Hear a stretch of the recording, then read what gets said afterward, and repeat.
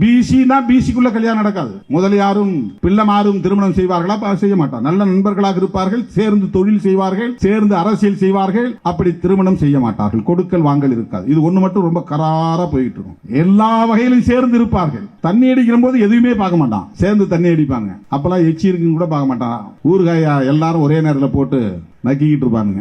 அதுல சாதி பார்க்க மாட்டார்கள். இதெல்லாம் நடைமுறையில் நாம் பார்க்கிறோம். சாதி விட்டு சாதி திருமணம் செய்யக்கூடாது என்கிற கருத்தியல் சனாதனத்தோடு தொடர்புடையது. சனாதன கருத்தியல்.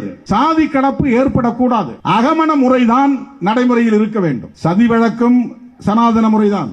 விதவைகள் திருமணம் செய்யக்கூடாது, அது ஒரு சனாதனம் தான். விதவையாக இருந்தால் நல்லது கெட்டதுகளில் பங்கேற்க கூடாது, அது சனாதனம். விதவை பெண்கள் வெள்ளை ஆடை தான் உடுத்த வேண்டும், பொட்டு வைக்க கூடாது, பூ வைக்க கூடாது, அது சனாதனம்.